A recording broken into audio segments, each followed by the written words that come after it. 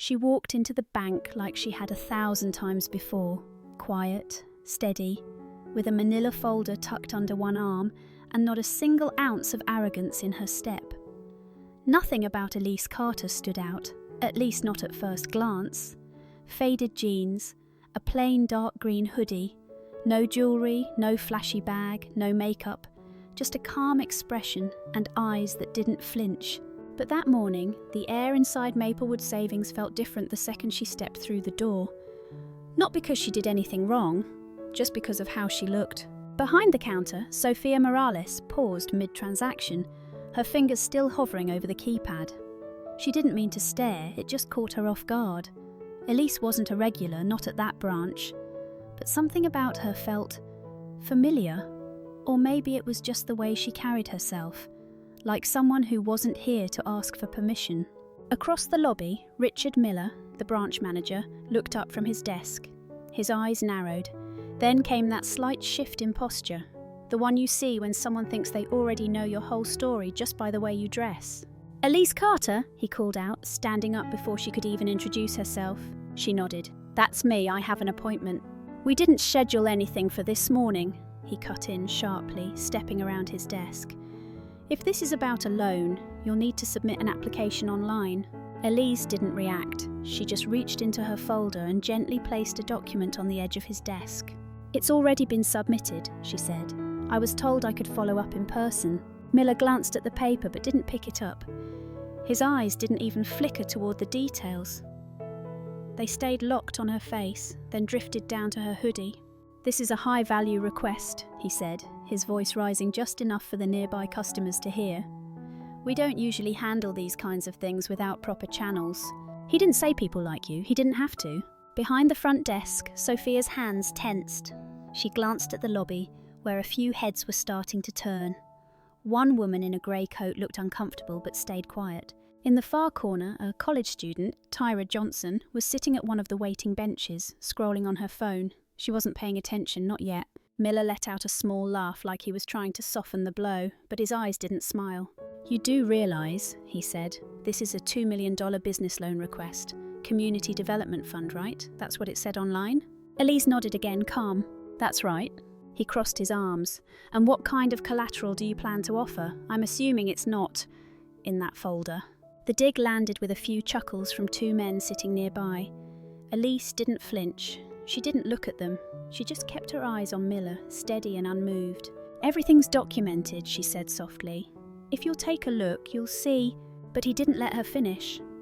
Instead, he reached for the hand sanitizer on his desk, squirted some into his palm, and wiped his hands like he'd just touched something filthy. "I'm going to need you to step back," he said. "Security cameras are on, so let's keep this professional. If you're not willing to leave the building voluntarily, I may have to..."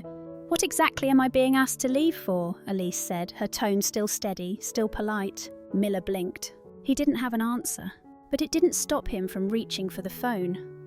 The phone didn't even reach his ear before someone cleared their throat from across the lobby. Mrs. Bryant, 74 years old, sharp as ever, and a regular at Maplewood Savings for over 4 decades. She stood up from the chair near the teller windows, her silver hair perfectly pinned, her handbag tucked neatly over one wrist. "Excuse me, Richard," she called out, voice clear and calm. "Is everything all right here?" Richard froze.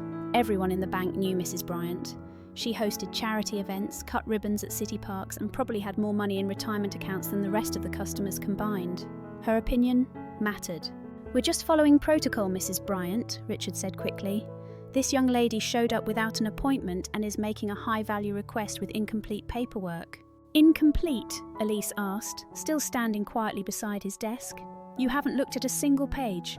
The words weren't angry, they were just true, and they landed harder because of that. Behind the counter, Sophia lowered her head and bit her lip. In the corner, Tyra Johnson had finally looked up from her phone. Her journalism instincts kicked in. Something wasn't right. She quietly tapped her camera app open and tilted the phone just enough to catch what was happening. No flashy movements, just enough to document. Richard didn't notice. "I've been in banking for over 20 years, he said, trying to laugh it off. "I can tell when someone's here to fish for something they can't back up." Elise blinked once, still no emotion on her face. "Have I said or done anything inappropriate?" she asked. No, Richard admitted, but I have the right to refuse service if I believe there's a risk to the institution. Mrs. Bryant stepped forward. A risk, she repeated. She's been nothing but calm and polite. I've seen customers come in yelling about overdrafts and you didn't call anyone on them. Richard's jaw tightened. This is different. Why? Mrs. Bryant asked. The lobby fell quiet. Even the little boy colouring at the kids' table stopped moving his crayon. Tyra zoomed in, her live stream quietly starting to climb. Outside the glass doors, the fall leaves spun in slow circles as a gust of wind passed through. But inside, the stillness was loud. Sir, Elise said, her voice still gentle. I'm happy to wait if you'd like to take time to review the documents properly, or I can come back another day. But I'd appreciate being treated like every other customer. Richard's hand hovered over the phone again. For a moment, something in him hesitated. He could feel the weight of the eyes around him, watching, listening, remembering. But his pride was louder than his instincts. I need to verify everything with corporate, he said stiffly. And I'll need to ask security to stand by while we do that. Across the room, Daniel Brooks, the security guard, shifted slightly where he stood. He'd been watching quietly from the lobby entrance, arms crossed, eyes steady. His military background made him good at reading tension. And something about Elise didn't feel like a threat. She felt patient, prepared, like she knew exactly what she was doing. But Richard didn't see that.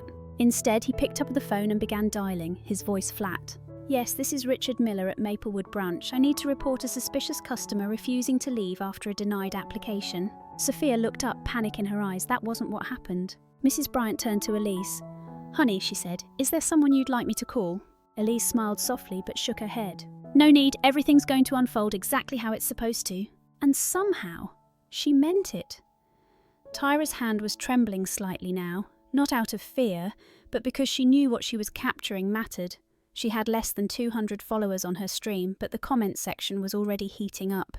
Is this really happening? Why is he calling security on her? Girl looks calm, manager looks guilty. Sophia, still behind the counter, stepped away from her station and made her way toward the assistant manager, Kevin Walsh. She spoke in a low voice. Kevin, we can't let this happen. He's twisting what's going on. Kevin didn't look at her. He just rubbed the back of his neck and mumbled, It's not our call, Sophia. Richard's the manager. That doesn't make it right. But Kevin didn't answer. Back at the desk, Richard hung up the phone and looked at Elise like he'd won something. Officers will be here in 10 minutes, he said. You should gather your things before this escalates. Elise didn't move. Her hands stayed folded gently over the edge of her folder, the same one he still hadn't bothered to open. Her breathing was calm. Her voice when she spoke again was steady. You sure you want to go down this road? She asked. I know exactly what I'm doing, he snapped. That was when Daniel, the security guard, took a step forward. Richard, he said carefully, can I speak with you a second? What for? Just outside the office. It'll take a second. Richard rolled his eyes and followed Daniel toward the hallway by the break room. Once they were out of earshot, Daniel lowered his voice. Look, man, I've been doing this a long time, and that woman, she's not here to cause trouble. You're reading this situation all wrong. Richard's arms folded tightly. Don't start, Daniel. You're here for safety, not opinions. Daniel stared at him for a second, then said, I'm here for both. And right now, safety means keeping this from blowing up in your face. You don't know who she is? And you don't either, Daniel replied, and that's the problem. Back in the lobby, Elise had taken a seat. Her folder rested neatly on her lap. Mrs. Bryant had sat beside her now, leaning in just a little like a mother bird standing watch. Tyra turned her phone sideways, switching to a wider frame. The view count ticked past 500. Sophia stood behind the counter, heart pounding. Every second felt like a choice, speak up or stay quiet. Elise, without turning her head, spoke just loud enough for those near her to hear. Funny thing about systems, she said, half to herself. They're built to protect some folks and exhaust the rest. Mrs. Bryant gave her a gentle smile.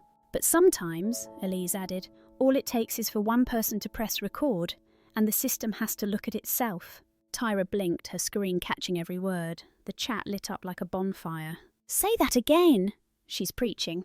I'm not even American and this hits. The front doors of the bank opened with a soft chime. 2 officers stepped inside, one tall, lean, with a quiet confidence in his stride. The other younger, still new to how situations like this could unravel fast. They looked around slowly. Then one of them said, We got a call about a disturbance? Richard stepped out from the hallway and nodded. clearing his throat. Yes, that would be me. He pointed toward Elise. That's her. The taller officer, badge reading Martinez, took the lead. He gave Elise a quick once-over, noting the folder in her lap, her calm posture, the older woman sitting beside her protectively. Nothing about the scene screamed disturbance. No shouting, no threats, just quiet tension, and a room full of witnesses. Richard stepped forward, speaking fast, like he was trying to get ahead of something. This woman came in without an appointment, submitted a suspicious loan request for over $2 million, and refused to leave after being told it wasn't possible. Officer Martinez turned to Elise. Ma'am, is that true? Elise looked up, voice even, no rush, no panic. I came in to follow up on a loan application I submitted online. I wasn't disruptive, I didn't raise my voice, I just asked for my paperwork to be reviewed. Martinez looked over at Officer James, the younger one. Then he turned back to Richard. Okay, and what made you call us? Richard's arms flinched slightly, caught off guard by the question being aimed back at him. She wouldn't leave when I asked. Did she threaten anyone? No, but look, I've been managing this branch for 20 years. I know when something's off. Martinez didn't say anything for a moment. Then he turned to Elise again, lowering his voice just enough to make it feel more human. Ma'am, do you have any ID? She reached into her folder slowly, carefully, and handed him a single document. He looked it over. His eyes narrowed slightly, not in suspicion, but in recognition. James leaned over and glanced too, then his brows went up a little. Elise didn't say a word, she didn't have to. Martinez handed the document back gently. Would you excuse us for a moment, he said, nodding toward the hallway. He motioned for Richard to follow. As they stepped out of earshot, Mrs. Bryant turned to Elise. What did you give him? She asked, almost whispering. Elise offered a small, polite smile. Just enough. Tyra was still recording. Her live stream had jumped past 1,000 viewers. Comments poured in by the second. She's got something on them. Yo, that cop's face changed. Black woman just calmly dismantling this entire setup. She's class. Pure class. Meanwhile, back in the hallway, Richard was pacing. What did she show you? Martinez crossed his arms, steady. Richard, do you have any idea who she is? What do you mean? That wasn't a driver's license. That was a federal ID. Department of Financial Oversight. She's not some random applicant. She's here doing her job. Richard paled slightly. She didn't say she was federal. She didn't have to, Martinez said. And calling the police on her, especially without reviewing her paperwork, might have just created a situation you're not ready for. Richard looked sick. But she looked like... Martinez held up a hand.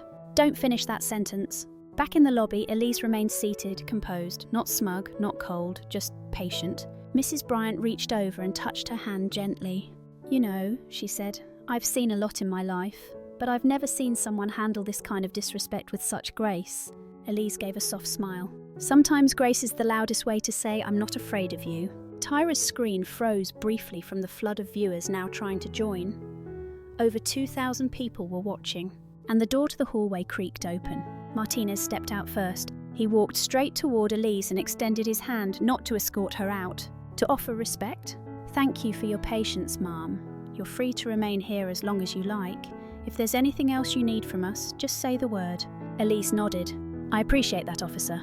Behind him, Richard stood frozen, pale, silent, realizing, finally, that whatever power he thought he had wasn't really his to begin with. The bank lobby didn't go back to normal, not really. People still pretended to check their phones or read brochures, but everyone was watching Elise, watching Richard, watching the quiet unravelling of something they couldn't quite name. And Elise? She just sat there, her hands resting lightly over the folder in her lap, like nothing about this moment was surprising. Officer Martinez gave her a small nod before stepping aside with his partner. They didn't leave, just moved back toward the entrance, arms crossed, eyes alert, like they knew something wasn't over yet. Richard stayed by the hallway, shoulders rigid, hands shoved into his pockets. He wasn't talking anymore, just watching. And probably thinking about every decision he made in the last 20 minutes. Elise stood up. She didn't raise her voice. She didn't ask for attention, but the room gave it to her anyway. She walked slowly toward the front desk and placed her folder, finally, on top of the manager's workspace. Then she looked at Richard. Would you like to review it now, she asked. He hesitated but didn't move. Or, she continued, I can forward it directly to your regional director. I've worked with her before. She's familiar with my organisation. Richard's mouth opened slightly but no words came out. Across the room, Sophia watched from behind the counter, hands clenched around the edge of the register. Her heart was racing, but something inside her shifted. The fear that had kept her quiet. It didn't feel so big anymore. Mrs. Bryant gave Elise a proud grandmotherly smile. "You've got him shook, honey." Elise glanced back. "I'm not here to shake anyone," she said gently. "I'm here to build something that should have had support a long time ago." From her bench, Tyra was now speaking into her phone softly, live but focused. "She's trying to open a fund for minority-owned businesses," she told her viewers. "And he treated her like she was trying to rob the place." The comment section exploded. "She's the one who should be running that bank." Imagine judging someone by their hoodie in 2024. "Yo, this story needs to be on the news ASAP." Sophia finally moved. She stepped out from behind the counter and approached Elise. "Ma'am," she said quietly, "if you'd like, I can personally scan your documents and submit them to regional. I know who to contact. I'd like to help." Elise looked at her for a long second, really looked.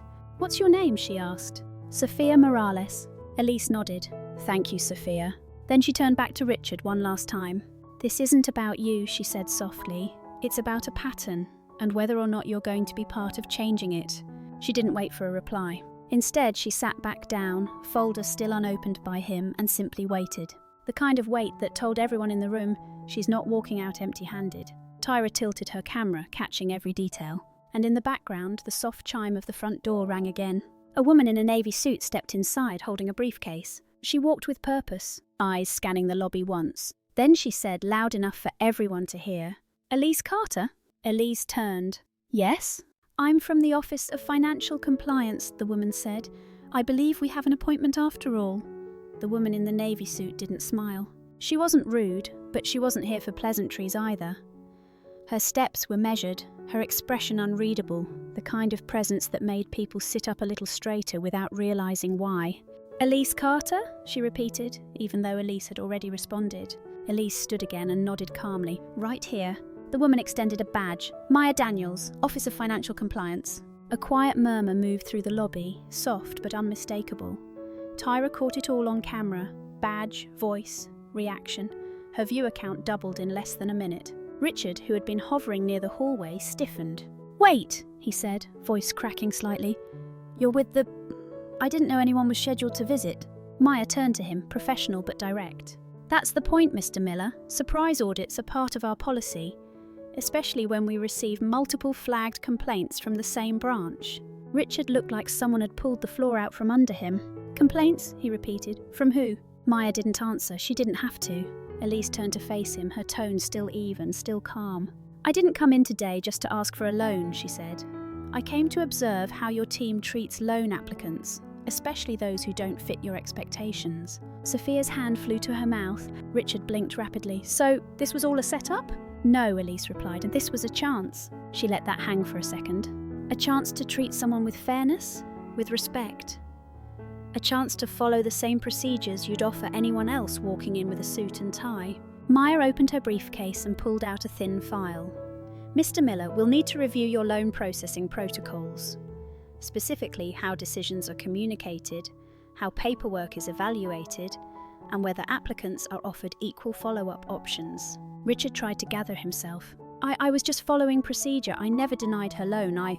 She submitted full documentation," Elise interrupted gently.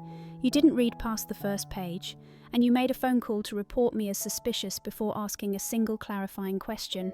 Tyra turned her camera slightly to catch his face. Mrs. Bryant shook her head from her seat near the front. "This is what happens," she muttered. "You judge the cover and never open the book." The lobby had grown quieter, but not calmer. It was the kind of quiet you get when people start realising they've just witnessed something much bigger than they thought. Officer Martinez stepped a little closer, folding his arms.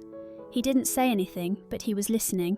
Richard looked around, as if someone might save him from the moment. No one moved. Then Maya said something that made everyone stop breathing for a second. "This branch has received 7 complaints of biased treatment in the last 6 months.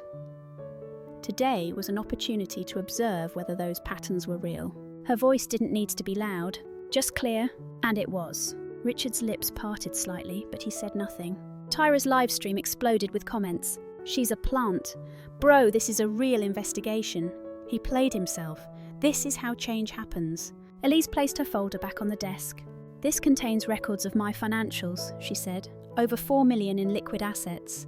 A business plan vetted by federal analysts. Letters of recommendation from public officials. You never gave it a glance." She looked around the room now, not just at Richard, but at everyone. "People like me don't come here to prove we belong," she said softly. "We come here to build something, for our communities, for the future, and we're done asking permission to be taken seriously." That landed like thunder. And Elise? She simply sat down again, back straight, eyes forward. Not angry, just ready. Richard Miller didn't sit down. He stood there stiff and pale, like someone waiting for a verdict he already knew was coming. Maya Daniels, still calm and unreadable, opened her file and began reviewing internal procedures with Sophia, who, for the first time that day, looked completely alive. She wasn't just a teller anymore, she was a witness, a participant, someone who finally felt like she could do more than stay quiet. Meanwhile, Elise stayed seated, quiet, steady, like she'd always been. But now the entire room felt different. Her presence no longer just occupied space, it grounded it. Tyra's livestream was still rolling. At this point, over 6,000 people were watching. Comments flowed in faster than she could read. "She's educating the whole room with grace. That teller is stepping up. Where is the national media?" And then a ping. A local news reporter had picked up the stream and reposted it on their station's social feed. Elise didn't know. She didn't care. She hadn't come here to go viral. She'd come here to be seen. And finally, she was. Mrs. Bryant pulled out her phone. With a few taps, she was calling her son, who, coincidentally, was on the city council. She didn't say much, just, "You need to see what's happening at the Maplewood branch, now." Officer Martinez stepped toward Elise's seat, his voice low. "If there's anything else you need us to do, ma'am, we're here." "Thank you," she said with a small nod, "for staying." Daniel, the security guard, hadn't moved much, but his stance had changed. There was no more hesitance in his face. He was no longer watching just because it was his job. He was watching because it mattered. Inside the office, Maya continued her review, flipping through protocol binders, occasionally asking questions about how loan rejections were documented. Kevin Walsh, the assistant manager, stammered through answers, avoiding eye contact the entire time. And then came a quiet voice from the back of the lobby. It was a woman in her 50s, African American. She held a worn leather purse in her lap and wore a name tag from the grocery store down the street. "I applied here last year," she said softly. "Got denied, no explanation, just a letter that said I didn't qualify. But my credit's good, I've been at the same job for 15 years. Everyone turned. "I didn't say anything back then," she continued. "Thought maybe I was just asking for too much, but now I'm wondering." Elise looked at her gently, eyes warm. "You weren't asking for too much," she said. "You were asking for what you earned." The woman nodded slowly, eyes starting to well with quiet frustration.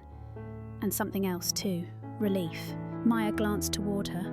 "If you're willing," she said, "we'd like to include your experience in our records. I'll give you a form to complete." The woman nodded again, and just like that, the story began to grow. One voice became two. Two became more. Tyra whispered into her phone, "This is what accountability looks like." Outside the bank, the first news van arrived. A camera operator stepped out and glanced through the glass doors. Inside, Elise remained seated at the desk that wasn't hers, but felt like it should have been. Not because she wanted power, but because she knew how to use it with care. She reached into her folder and pulled out one more document. It was a report, one she'd written herself. A proposal for a city-wide partnership between local banks and minority-owned startups. It included research, data, and projected community impact. She slid it across the desk toward Maya. "This is what I came here for," she said. "Not just a loan, not just accountability. I came to plant something." Maya took the paper and read the title. Then she looked at Elise and said something simple. "You're not just planting something." She smiled for the first time. "You're starting a forest." By the time the second news crew showed up, the energy inside the bank had shifted completely. What started as a regular Tuesday morning had become something no one could look away from. Not the customers, not the staff, and certainly not Richard Miller, who now stood off to the side, quiet, small, watching the story unfold without him. Outside, a small group had started to gather near the front steps. Some were neighbours, a few had seen the live stream. Others had simply heard something was happening and wanted to see for themselves. And inside, Elise Carter remained exactly where she'd started. Calm, grounded, ready. Maya Daniels handed the proposal document back to her, eyes still scanning the final page. "This," she said softly, "is thoughtful, data-driven, scalable." "It's also long overdue," Elise replied. "There are neighbourhoods in this city that haven't had a fair shot at capital in decades. Not because they lacked ideas, just access." Maya nodded slowly. "If this is implemented right, it could change a lot more than just one branch." Sophia Morales was standing nearby, her hands still trembling a little from adrenaline, but her voice steadier than it had been all day. "I want to help with that," she said. Maya looked at her. "You've been here how long?" 18 months, Sophia said. "Long enough to see what goes on, long enough to feel it, even when I didn't have the words." Elise turned toward her. "Long enough," she said warmly, "to do something about it now." Officer Martinez stepped closer again, his phone buzzing quietly. He glanced at the screen, then looked up. "Miss Carter," he said, "just so you know, the mayor's office called Dispatch. They're asking for a report on what's going on here." Elise smiled gently. "Tell them the story is still being written." Tyra was still streaming, now near tears behind the camera, as the weight of what she was capturing sank in. Her voice shook slightly as she whispered to her audience, "This isn't just a bank story, it's a people story." In the back, the older woman from earlier, the grocery store worker, had just finished filling out her complaint form. She stood up, walked over to Elise and held out her hand. "I just want to say thank you," she said, "for not walking away, for showing up the way you did." Elise shook her hand firmly. "I showed up for all of us. There was no applause, no dramatic music, just quiet agreement, a shared silence that meant more than noise ever could." Outside, the sky had started to clear. The grey had lifted just enough for sunlight to slip in through the tall windows, casting long shadows across the marble floor. Richard looked at those shadows. He didn't move. He just whispered, mostly to himself, "I didn't think it would go like this." Officer Martinez heard him. "Maybe it's time more things did." Near the front desk, Maya handed Elise a card. "We'll be contacting you within the week," she said. "Not just about the audit, but about your proposal. This might be bigger than we thought." Elise tucked the card into her folder. "I'm counting on that." And just then Mrs. Bryant stood, reached into her designer handbag and pulled out a tiny notebook. "What are you doing?" Sophia asked. "I'm writing down today's date," the older woman replied, "because 50 years from now, I want my grandkids to know where I was when things started to change." By early afternoon, the live stream had passed 10,000 viewers. Local news was on site. Someone from the city council had shown up quietly, not in a suit, just jeans and a jacket, like he didn't want attention, only answers. And inside the bank, a strange calm had settled in, like everyone knew they were part of something bigger now, and no one wanted to be the one to break it. Tyra finally set her phone down, her hands cramping from holding it up so long. Her eyes were red, but not from crying, just from watching something real. This wasn't the kind of story they taught in journalism class. It wasn't flashy or dramatic. It was one woman refusing to back down in the most graceful way possible. And somehow, that made it feel 10 times louder. Sophia had returned to her station, but not to go back to work. She was scanning through loan records now, ones she had access to but never thought to question before. She paused every so often, frowning, seeing numbers and names with new eyes. Kevin, the assistant manager, sat slumped in the office, his blazer wrinkled, his tie askew. He hadn't spoken in over an hour. When Maya finally looked in on him, all he said was, "I just kept my head down, that's all I ever did." Maya replied gently, "And that's exactly what we're investigating." Out in the lobby, Elise was talking softly with a young man in his 20s who worked for a small landscaping business. He'd come in for a deposit but stayed when he saw the crowd. Now he was asking her how to start the process of applying for a business loan himself. "You don't need perfect numbers," Elise told him. "You need a clear plan, some patience, and a place that treats you like you matter." He nodded, his face thoughtful. "No one's ever explained it like that before." Elise smiled. "That's the problem. Too many people think financial literacy is a privilege. It should be basic." Mrs. Bryant, now perched like royalty near the entrance, had taken it upon herself to greet every customer walking in. She offered them a smile, a quiet, "You're in the right place," as if the bank had suddenly become something more than what it used to be. Outside, neighbours had begun leaving sticky notes on the glass doors. Some had quotes, some had thanks. One simply said, "She sat, he panicked, we changed." He panicked. Richard still hadn't left the building. He remained tucked near the hallway, phone silent in his hand, eyes scanning the room like it no longer belonged to him. and maybe in a way it didn't. Because something had shifted. Not because Elise raised her voice, not because anyone screamed or stormed out or demanded justice with fists in the air, but because she did the opposite. She sat down, she stayed still, and she let the truth speak louder than anything else in the room. Daniel, the security guard, had pulled up a second chair next to Elise by now, not to protect her, just to be near the centre of the storm that somehow felt peaceful. He leaned over and said, "You know, I've worked here almost 10 years, never seen anything like this." Elise didn't look at him, but her smile said enough. Maybe that's because no one expected it to come from someone like me. Daniel chuckled under his breath. That's exactly why it hit so hard. Just then, Tyra's phone lit up. It was a message from a national news producer. "Call us, we'd like to talk about an exclusive." She stared at the screen, breath catching for a moment. Then she looked over at Elise. And for the first time, Tyra realised this wasn't just a one-day story. This was the first page of something much bigger. 1 week later, the glass doors at Maplewood Savings looked a little different. The sticky notes were gone, collected, catalogued, and turned into a framed collage, now hanging in the branch's front lobby.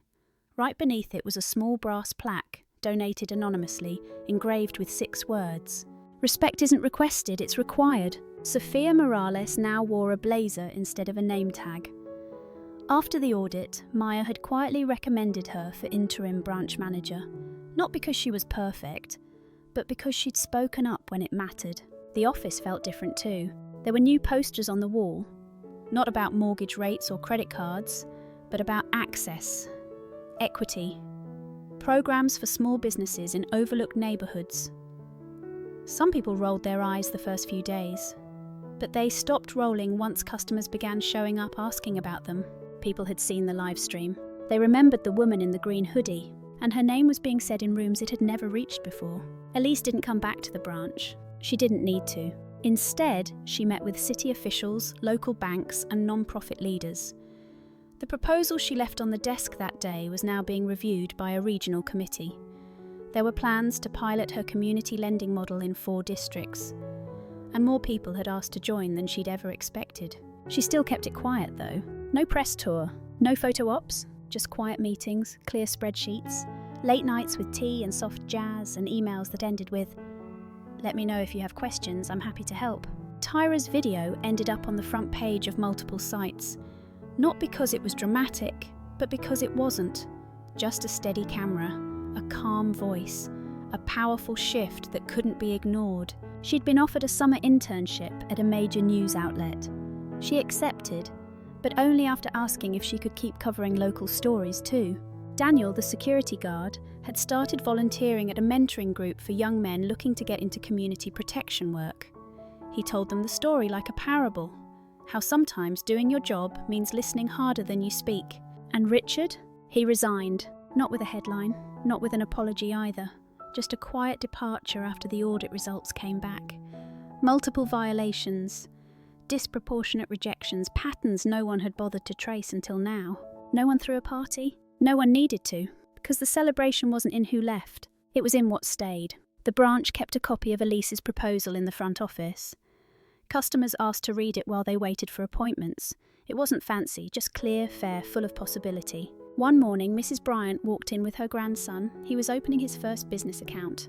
"Tell her what kind of business it is," she said proudly. The boy grinned. "A mobile barbershop, gonna park near schools on the weekends, free cuts for kids, sliding scale for parents." Maria nodded, impressed. "We can help with that." Mrs. Bryant smiled at the desk. Elise would have loved that. Maria glanced toward the framed notes on the wall. "She already does," she said. Outside, the sidewalk was clean. The wind moved slow. A young woman walked past the front steps, paused, looked up at the window and took out her phone. She snapped a picture of the plaque. Just 6 words, but enough to remind her she belonged here too. Change doesn't always arrive with noise. Sometimes it enters quietly, takes a seat, waits to be seen, and reminds the world that strength can look like calm, that power can sound like patience, and that justice begins when someone refuses to walk away. Elise didn't demand attention. She just stayed long enough for the truth to speak for itself, and that was enough. Thank you for staying with me until this very moment. I'm truly grateful you made it here. If this story meant something to you, please consider leaving a like and hitting subscribe. It helps more than you know. Wishing you peace, kindness, and a little luck in everything you do. See you again soon, right here on Rain Inside.